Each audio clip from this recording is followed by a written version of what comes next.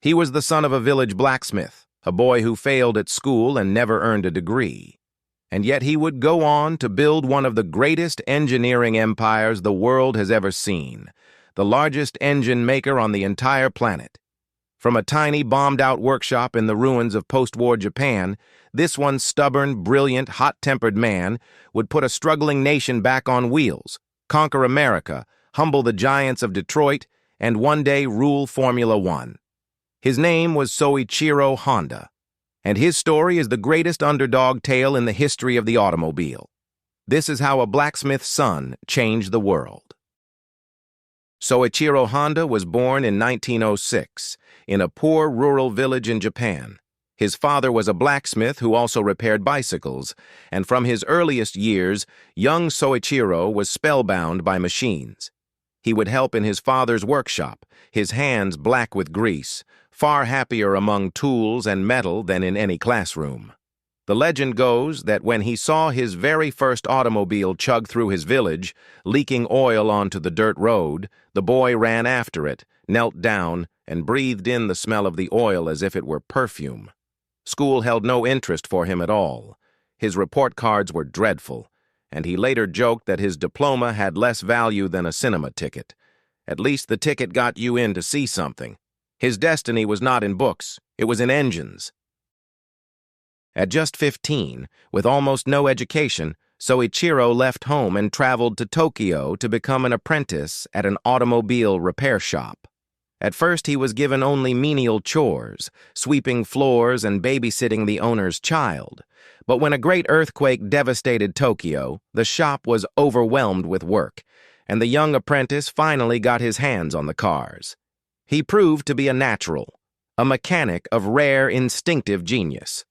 After 6 years, he had so impressed his master that he was allowed to open his own branch of the business back home. He was a brilliant repairman, but he was also restless and wild. He loved speed, built his own racing cars, and competed himself, until a horrific crash nearly killed him and ended his driving career. Fixing other people's machines would never be enough. Soichiro Honda wanted to create. In the 1930s, he set out to manufacture something of his own: piston rings, a small but vital engine part. He was certain his mechanical genius would carry him through. He was wrong. His first piston rings were hopeless, and they failed every quality test. Honda, the master mechanic, discovered to his fury that raw talent was not enough. He lacked the deeper knowledge of metallurgy. Swallowing his pride, he went back to school as an older student to learn the science, only to be thrown out for refusing to sit the exams, insisting he wanted knowledge, not a diploma. But he persevered, obsessively, sleeping in his workshop, until at last he cracked it. His rings passed, and he won a contract to supply the mighty Toyota. Soichiro Honda had learned the lesson that would define his entire life: that success is built almost entirely out of failure. Then came the war. As the Second World War engulfed Japan, Honda's factory was pressed into the war effort. But disaster followed disaster. American bombing raids reduced his plant to rubble. And then, as if the bombs were not enough, a powerful earthquake flattened what little remained. Honda, ever practical, had salvaged what he could, even collecting cans of fuel discarded by American forces. But the destruction was total. In the end, he sold the ruined remains of his company to Toyota and walked away. For a time, the restless inventor simply stopped, declaring it his human holiday. But around him lay a defeated, broken nation, its cities flattened, its people desperate, with no money, no fuel, and no way to get around. And in that desperation, Soichiro Honda saw not ruin, but opportunity. In post-war Japan, simply getting from place to place was a daily struggle. Trains were packed, petrol was scarce, and most people could barely afford a bicycle, let alone a car. Then Honda got his hands on a batch of small war surplus engines, tiny motors that had once powered military radios. He had an idea so simple it was brilliant. He bolted one of these little engines onto a bicycle. The result was a cheap, motorized bike that could carry a person for miles on almost no fuel. People were desperate for them. He sold out almost instantly, and demand exploded far beyond what he could supply. In 1948, on the strength of this humble motorized bicycle, Soichiro Honda formally founded the Honda Motor Company. The empire had begun not with a roar, but with the putter of a tiny engine on a push bike. But Honda the engineer had a fatal blind spot. He had little interest in and little talent for the business side. Money, sales, and management bored him. His genius might have burned out quickly had he not in 1949 met one extraordinary man, Takeo Fujisawa.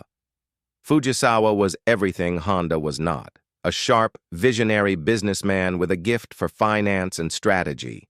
The two struck a perfect, unspoken bargain. Honda would pour himself entirely into engineering and dreaming up the machines. Fujisawa would handle the money and build the company around them. It was one of the greatest partnerships in industrial history. Together, this odd pair, the wild inventor and the cool strategist, would take a tiny Japanese workshop and turn it into a global force. And their first world-conquering weapon was about to arrive.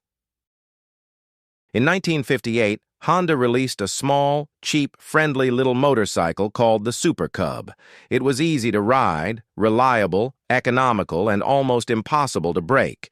It was a masterpiece of simple engineering, and it changed everything. The Super Cub would go on to become the single best-selling motor vehicle in the entire history of the world, with over 100 million produced. Honda then set his sights on America, where motorcycles had a rough, intimidating image.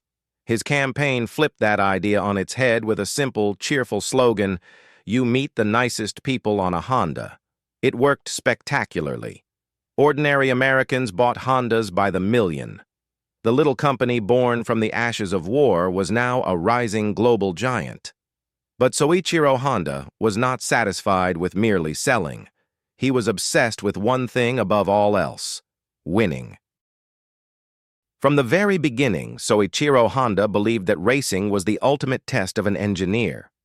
To race was to be judged mercilessly and publicly against the very best in the world.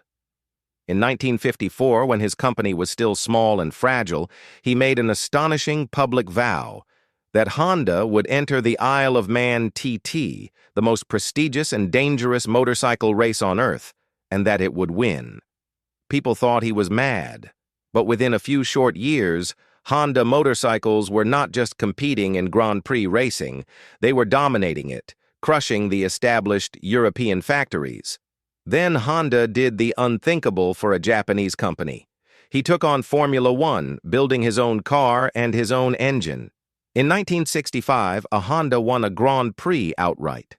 The boy who had once chased a car through his village now stood at the pinnacle of world motorsport. But Honda's greatest triumph was still to come, and it would humble the giants of the entire car industry. When Honda decided to build cars, the Japanese government itself tried to stop him, insisting the country already had enough car makers. Honda ignored them. Then, in the early 1970s, America passed a tough new law demanding a drastic cut in exhaust pollution, a law the mighty American manufacturers complained was impossible to meet. While Detroit protested, Honda's engineers simply went to work. They created the Civic, fitted with an ingenious engine called the CVCC, which met the strict new standards cleanly, without the expensive add-ons the giants relied on. The small Japanese company had solved the problem that stumped the titans of Detroit. It was a stunning vindication of everything Honda believed, that with enough ingenuity and enough failure survived along the way, the impossible was merely the not yet achieved. In 1973, at the height of his success, Soichiro Honda did something rare for a powerful man. He and Fujisawa simply stepped aside together, handing the company to a new generation. He refused to let his own children inherit it, insisting that the company be led by merit, not by blood. He spent his final years as a beloved elder statesman, still curious, still humble, still in love with machines. He died in 1991. By then, Honda engines were powering the greatest Formula One cars on the planet, driven by legends like Senna and Prost. From a blacksmith's forge in a tiny village to the very summit of the engineering world, Soichiro Honda had proved that a single, stubborn dreamer really can change everything. If you enjoyed this story, subscribe to Automotive Stories for more legends from the world of cars, and tell me in the comments, what should we cover next?